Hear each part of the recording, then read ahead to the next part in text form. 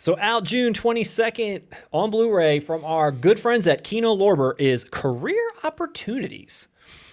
So Career Opportunities, released by KINO again. KINO doing a fantastic job on this release. They've included an audio commentary by the Chicago Critics Film Festival producer. That's the only feature. That's the lone feature on this release. So thank you, KINO. You're always doing a great job.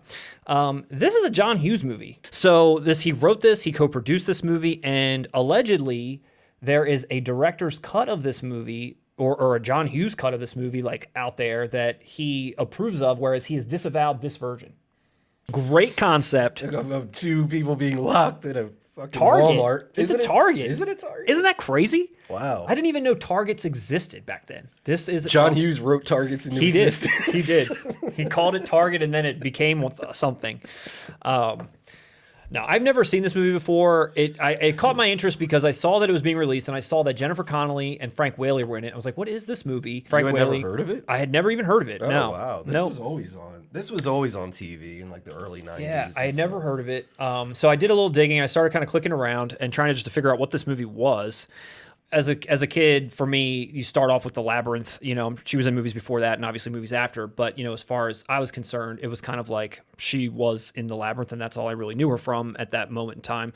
But then she kind of had a really interesting career after that and kind of hit a few different movies that were much different than that, maybe more kid-friendly persona. And even this movie, when you look at the cover, there's obviously a little bit more sex appeal going on. So when I clicked it, I was like, man, they're really focusing on the body here. So Labyrinth was 86. This movie, Hot Spot, in 1990. That was her first nude scene. And she kind of like did an interview about how comfortable she was with it and so on. But then this movie came out in 91. And there was no nudity or anything, but it was totally, from what I can gather, just like teen like boner fuel. Yep. I mean, if you type this movie into YouTube, there's like 4 clips that come right up. That I guarantee you, all 4 of them are her riding the mechanical You are kids absolutely correct.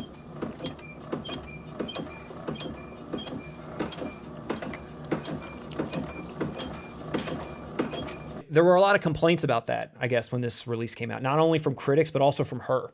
They were saying how I am not aware of. They really relied heavily on the promotion and the marketing on her body. And then Jennifer Connelly even came out and was like, yeah, that was kind of strange to me that that's all they really focused on.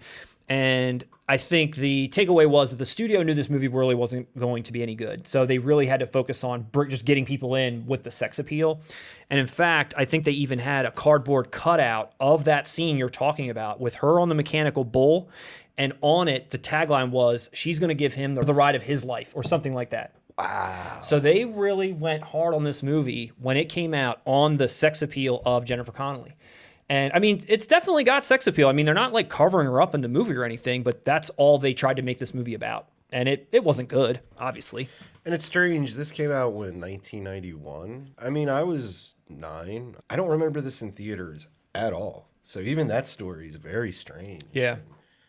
Yeah, it's pretty crazy. So, you know, after this movie, she did a couple of things, I think like Rocketeer, Beautiful Mind at some point. 96, she was in that movie Mulholland Falls, which was another foray into a lot more nudity and some sexual situations. Remember Nick Nolte was in it and John Malkovich? I only watched it for the Nick Nolte nudity. And then, of course, Requiem for a Dream in 2000. But I don't know, she's had a really interesting career with these just like, I don't know, interesting...